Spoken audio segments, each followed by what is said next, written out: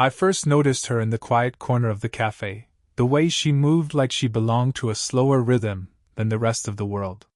She wasn't loud, but somehow she filled the space anyway, like the air itself leaned in closer when she entered. I didn't know her yet, but my chest tightened the second our eyes met. Her hair caught the light, a soft chestnut halo that brushed her shoulders, and there was something about the way she rested her hand on the table, just fingertips, lightly, like she didn't want to be noticed yet couldn't help it. I found myself watching, counting the way her fingers twitched when she read, the faint crease at the corner of her mouth when she smiled. Graceful, confident, but there was a quiet vulnerability underneath that I couldn't look away from. I ordered coffee without thinking, my voice louder than I meant, and she glanced at me then, just a fraction of a second, but it lingered. Something in her gaze wasn't just curiosity. It was knowing. Like she had already seen the part of me I wasn't ready to show. I wanted to step closer, but my body froze. There's a fine line between drawn and daring, and I wasn't sure which side I was on. She laughed at something someone said at a nearby table, not loud, just that soft, effortless sound that makes you aware you're alive in the same room. I felt the warmth spill over to me, a magnetic pull that had nothing to do with logic. I caught myself leaning slightly forward, as if by proximity I could breathe some part of her in, even if only for a heartbeat. When she stood to leave, our hands brushed briefly. My fingers tingled, though the touch was nothing more than accidental. She didn't pull away immediately. There was a pause, a suspended moment where the rest of the cafe faded, and it was just the two of us, suspended in the quiet hum of the world outside. She smiled then, faint and knowing, and something in that look made my throat tight, my palms warm. I didn't speak. I couldn't. Words seemed crude compared to the weight of the air between us. Instead, I just watched, how she moved, how the light caught her profile, how the faint scent of her perfume lingered like a promise I didn't understand yet. It was sensual in a way that wasn't obvious, no brushing lips or clinging hands, but in the subtleties, the pauses, the lingering eye contact that lasted just long enough to feel like a secret. She took a seat at the window, and I found myself nearby without realizing I'd moved. We shared silence, heavy with something neither of us named. Every sip of coffee was measured, deliberate. Every glance seemed to carry a question neither wanted to voice. I wanted to ask if she felt it too, the pull, the tension, but the words stuck somewhere behind my teeth. Instead, I offered her a small smile, almost shy, almost nothing. She returned it slowly, deliberately, and I felt it reach through me. It was quiet. It was electric. Then, the door opened, letting in a cold draft that fluttered the edges of her scarf. A man I didn't recognize stepped in, and her eyes flicked toward him just long enough for me to notice the flicker of something. Regret? Irritation? Curiosity? Before she turned back to her coffee as if nothing had happened. But I noticed. I always notice. And in that moment I realized I wasn't just drawn to her. I was tangled, wrapped up in the pull she didn't yet know she had over me, and maybe, just maybe, she knew better than she let on. The cafe emptied slowly, leaving just the hum of the heater and the quiet shuffle of chairs. I watched her stir her coffee, careful, deliberate, like she had to control everything around her because her own heart had been messy once too often. I imagined the kind of loneliness that builds over years, the kind you can't explain with a single story. She carried it in the tilt of her head, in the faint crease between her brows, in the way she lingered in moments without claiming them. I wasn't sure why I felt so exposed. Maybe it was the contrast, me, barely a man in my own eyes, still figuring out where I belonged, drawn to someone who seemed both untouchable and achingly human. She had a confidence that was magnetic, but there was a tremor beneath it, like she had loved and lost in ways that left her cautious. I wanted to tell her that I saw it, that I wanted to be careful with her, but my words always felt clumsy, too raw. The age difference was a shadow we didn't speak of. I felt it in the way I hesitated to comment on her favorite books, or how I sometimes imagined what people might say if they saw us together. And yet, in the silence between us, those differences didn't seem to matter. Or maybe they made the connection sharper, more dangerous, more thrilling. I didn't know if that was mine or hers to control. She leaned forward slightly, almost brushing my arm as she reached for her spoon, and I caught the faint warmth of her wrist. I tried to pretend I hadn't noticed, but my fingers twitched. She glanced at me, that knowing half-smile, and pulled back just enough to remind me, and herself, of boundaries. I wanted to cross them. I wanted her to let me. We talked softly, about books, about music, about the kind of trivial things that never really are trivial. And all the while, I noticed the way she tilted her head, how her breath sometimes brushed the corner of my ear when she laughed quietly, how the scent of her lingered like a trace of something forbidden. Every movement, every pause was a little dance, testing limits without naming them. I caught a glimpse of the loneliness behind her eyes. Maybe that was why she lingered so close yet pulled away, like she feared letting someone in, feared what might happen if I saw the cracks. I realized I was willing to see them anyway, that my own caution had eroded before I even noticed. Then, a moment. Her hand rested on the edge of the table near mine. Not touching, not exactly, but close enough that the air between our palms seemed electric. I felt my chest tighten. She didn't look at me directly, but her fingers twitched almost imperceptibly, a signal she wasn't aware she was sending. I mirrored it subtly, leaning a fraction closer. For a heartbeat, time slowed. The cafe noise, the day, the world, everything disappeared. There was nothing but her, and the space she shared with me, charged and fragile. I wanted to close that space, and I knew she wanted me to too, but neither of us moved. Not yet. And maybe that was enough. The next afternoon, I found her at the small park bench just outside the bookstore. She was flipping through a tattered notebook, her pen tapping softly against the page. I approached quietly, careful not to announce myself too loudly, though the moment I saw her, I wanted to call out, to break the silence, to risk everything. "Hey," I said, voice low. She looked up slowly, eyes narrowing with that faint, knowing smile again. "Hey." Just that, 2 letters, but the weight behind them was enough to make my pulse stutter. We didn't sit immediately. Instead, we lingered, a small distance between us that felt like miles. I noticed how her scarf smelled faintly of vanilla and something green, almost like crushed leaves, and the warmth of the sun glinting on her cheek made me want to reach out, just to touch the curve of her jaw. "You're scribbling again," I said, trying to sound casual, though my hands twitched in my lap. She tilted her notebook so I could see a line of writing. "It's nothing. Just thoughts." I nodded, though I wanted to ask what kind. I wanted to ask everything, but a sense of hesitation built like a wall between us. There was so much at stake: the age difference, what people might think, the way she held herself like a fragile vase afraid of breaking. Then my phone buzzed. A message from my friend. Quick, impersonal, an interruption, but enough to remind me of the world outside this charged bubble. I glanced at the screen and sighed, annoyed at the timing. When I looked up, she was closer than before, and the movement had gone unnoticed in my distracted moment. Her shoulder brushed mine lightly. I froze. Not an accidental touch, too deliberate, too aware, but a test. My chest tightened. The air between us seemed to shimmer. I swallowed hard, trying to push down the sudden surge of desire that wanted to pull me in.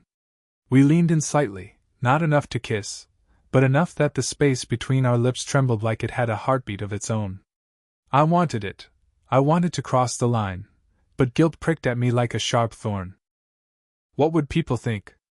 What would I think if I let it happen and it went wrong? Her gaze flickered away briefly, and I noticed it, the hint of hesitation, the invisible boundary she maintained, even as her fingers twitched near mine. Silence stretched. Heartbeats. Tiny breaths. A leaf fell from a nearby tree, landing near her foot, and somehow, in that micro moment, the world narrowed again. Just us. Then, without thinking, our hands brushed. I felt the warmth spread, subtle but undeniable. She didn't pull back. Neither did I. Her eyes met mine, wide now, unspoken electricity sparking in their depths. We sat like that, pulled closer than ever, yet restrained by caution neither of us fully acknowledged. The space between us was charged, ready to collapse, but suspended just long enough to make every second unbearable. And somewhere, just beyond that park, the world waited, judgment, distraction, consequence. But here, in this suspended moment, nothing else existed but the tension we refused to name. We ended up on the rooftop of her apartment building, though either of us said how it happened. The city sprawled beneath us, dull hum of traffic and neon lights far below, but up here, the world felt private, suspended. She leaned against the railing, wind tugging at her scarf, and I noticed the subtle shiver that ran along her spine. "You shouldn't have come up here," she said softly, but her voice betrayed it. She wanted me to. I wanted to, I admitted before I could stop myself. My throat was tight, my hands itching to reach for hers. She didn't move away. Not fully. Not yet. The distance between us had been shrinking all day, but now it felt impossibly small, charged. I saw the tension in her jaw, the way her eyes flicked toward mine and lingered, as if testing me. I wanted to close the last centimeter between us, to press my hand to her cheek and feel her breath warm against my skin. "I shouldn't," she started, but her words broke under the weight of her gaze. I reached up instinctively, brushing the hair from her face. She didn't flinch. Her eyes closed for the fraction of a second. My fingers lingered, and something inside me ached with need. The air between us was thick, trembling with things we weren't supposed to feel, shouldn't feel, yet could no longer deny. "I can't stop thinking about you," I whispered, my voice low, almost swallowed by the wind. My chest felt tight. Every muscle in my body was tuned to her, the curve of her neck, the way her shoulder leaned into me slightly, the faint scent of her perfume that clung to the fabric of her coat. Her eyes opened wide, raw. "You shouldn't," she said, almost a warning, almost a plea, almost a surrender. I didn't know which part of that I wanted to hear more. Desire surged, reckless and unfiltered. I leaned closer, careful but deliberate. She didn't pull away, she pressed against me, just a fraction, testing. My pulse hammered in my ears. I could feel the tremor of her body, the small, silent acknowledgement that this, whatever this was, had changed everything. And then we froze. A sudden sound from the street below, a shout, a car horn, snapped the moment like glass. My fingers lingered near her cheek, our breaths mingling in the space between us, hearts hammering in parallel. The city, the world, consequences, everything, gone. Just us. Her lips were a whisper away. I could taste the moment before it landed, feel it teetering on the edge. She began, but the words faltered. I leaned closer anyway, driven by a need I couldn't name, couldn't contain. And then, a door somewhere slammed. A sudden, harsh interruption, snapping the fragile thread of tension. We both jerked back, breathless, as if the world had reminded us it existed after all. But the air between us still vibrated. Nothing was resolved. Nothing was undone. And yet, somehow, nothing could go back to what it was before. The morning after the rooftop, I thought the world had returned to its normal rhythm. I was wrong. She met me at the bookstore as usual, but the air between us was taut, different. Her scarf fell loosely around her shoulders, her fingers fidgeting with the edges. She didn't meet my eyes at first, and I noticed a subtle tremor in her hands as she set her notebook on the counter. I need to tell you something," she said finally, her voice low, almost shaking. I nodded, trying to mask the way my chest tightened. "Okay." She swallowed, the gesture so small, so human, I felt an urge to brush her hair back from her face again. "I wasn't completely honest yesterday. About why I didn't leave when you came up." My heartbeat sped, a dull ache in my ribs. "What do you mean?" She glanced down, tugging at the edge of her sleeve, then back up at me. "I was afraid. Not of you. Of what I might feel if I let myself." It hit me like a physical force, the admission, a confession I hadn't expected. My hands tingled, like they wanted to reach for hers, to reassure her, to claim a space between us that had been so carefully contained. I stepped closer, but she didn't move toward me. Not yet. The space between us crackled with something unspoken, electric. Our proximity made the risk of touching unbearable and irresistible at the same time. I feel the same, I whispered, unable to hide the tremor in my voice. Every time I see you. My words faltered. I couldn't finish them, not yet, because the world outside felt like it might explode the moment she leaned in. She lifted her hand slowly, brushing past mine as if by accident. The friction of our fingertips sent jolts up my arm.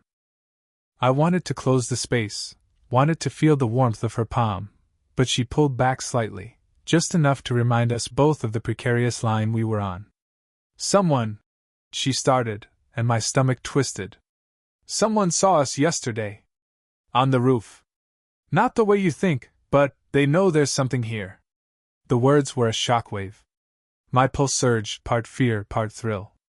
The risk suddenly felt tangible, alive. I could see her chest rise faster, her shoulders tense, her lips parted just slightly. My own throat felt dry, my hands clenching and unclenching at my sides. I stepped closer again, careful, slow, testing the invisible boundary. Our bodies almost touched, too close to be casual, not close enough to surrender. The silence between us was charged, humming with possibility and danger. I don't care, I said, voice low, almost harsh in its urgency. Not right now. Not tonight. Her breath hitched.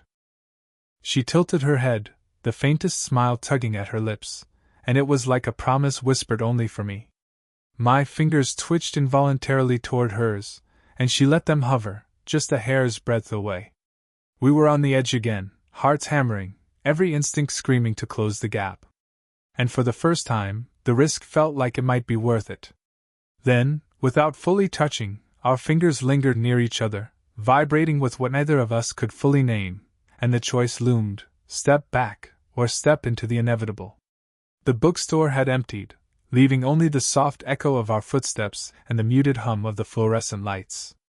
I could feel her presence before I even saw her, the warmth in the air, the subtle scent of her perfume clinging to the fabric of her coat. She was leaning against the counter, notebook closed, pen tucked behind her ear, and I realized I couldn't take another step without closing the space between us. My heart pounded like a drum, each beat a reminder that the world outside could wait. I shouldn't, she began, but her voice faltered. She didn't step back. Not fully. Not yet. I moved closer anyway. My hands hovered just inches from her, aching to reach, but frozen in indecision.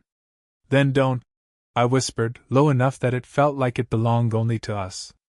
Her eyes widened slightly, the faintest shiver running along her shoulders. She tilted her head, breath catching, and the pull between us grew unbearable. The space that separated us felt like it had shrunk to nothing. Every heartbeat, every breath, was amplified. I could feel her warmth, the small curve of her shoulder, the way her eyelashes brushed against her cheek as she looked at me. I can't lie anymore, she said, voice trembling, a confession slipping past the careful control she usually carried. I don't want to. Those words, simple, raw, honest, were a key turning the lock in my chest. I reached slowly, brushing her hair back from her face, my fingers lingering near her temple. She leaned toward the touch, just enough to acknowledge it, and my pulse raced in response. We were close now, dangerously close. Her lips hovered near mine, a whisper away, the air thick with everything we hadn't said. I wanted to speak, to name it all, but the words caught in my throat. She mirrored me, silent and breathless, a mutual surrender in the space between thought and action. And then I let myself lean in, slow, deliberate. She didn't pull back. Not at all. Our foreheads nearly touched, noses brushing, breaths mingling. I could feel her heartbeat, rapid and unsteady, a perfect counterpoint to my own.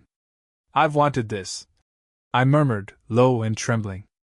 I know, she whispered back. And in that single word, everything shifted. Every fear, every hesitation, every shadow of guilt melted into clarity. We weren't perfect. We weren't without risk. But we were here. Together. The bookstore, the city outside, The consequences of age and perception, they existed, yes, but none of it mattered in the tiny, infinite moment we shared. We understood each other fully now, the longing, the caution, the need. We didn't need words to define it. Not yet. Not fully. Just the brush of her hand against mine, the small press of her shoulder leaning into me, the quiet tremor of shared breath. The choice had been made. We had stepped into it. And nothing would ever feel the same again. We left the bookstore together, stepping into the soft evening light. The air was cool, carrying the distant hum of traffic and the faint scent of rain lingering from earlier in the day. I could feel her hand brush against mine as we walked, tentative at first, then firmer, a silent agreement that neither of us wanted to let go. We paused at the little park across the street. She leaned against the railing, and I moved closer, instinctively closing the small space between us. Her head tilted, brushing against my shoulder, and I felt the faint tremor in her body settle into something steadier, calmer. I was scared, she admitted softly, voice just above a whisper. This wouldn't be possible. That people would judge. I know, I replied, fingers curling over hers, thumb brushing along the back of her hand. But it is possible. We're here. Right now. She smiled, a slow, unguarded curve of lips that lit her eyes. And then, without another word, she leaned fully into me. I wrapped an arm around her waist, feeling the warmth of her body meld with mine. The world outside, the city, the opinions, the age difference, faded to a background hum. We stayed like that for a long moment, forehead resting against hers, breaths mingling, hands intertwined like a promise neither of us needed to speak aloud. The simplicity of it, the human, flawed intimacy, made every hesitation and every stolen glance from before worth it. I could get used to this, I whispered, almost laughing at the tenderness of it. Me too, she said, squeezing my hand, the faintest quiver of vulnerability still lingering, but tempered by trust. We moved to sit on the park bench, shoulders brushing, knees touching lightly. The city lights reflected in her eyes, and I realized I had never felt so fully seen. Not the confident, poised version she showed the world, but the quiet, intimate parts that only I had glimpsed, that only I now held space for. Our hands stayed intertwined, resting between us, a small, constant reassurance. Every so often, she would press her head to my shoulder, and I would feel the subtle rise and fall of her chest. It was ordinary, yet extraordinary. Imperfect, yet entirely right. The tension that had carried us, desire, fear, longing, wasn't gone. It had softened into something richer, something enduring. We had crossed the precipice together and found a landing, messy, human, alive. And in that quiet park, under the dim glow of streetlights, I knew we would navigate the world together, every imperfection and hesitation intact, but with certainty in this one unspoken truth: we had each other now. Her fingers tightened around mine, and she whispered, "I'm glad you stayed." "I'm never leaving," I replied, voice low, warm. We leaned into each other once more, letting the night hold us, the city fading behind, and the promise of everything yet to come stretching ahead. Did you enjoy the story? What kind of stories would you like to hear next?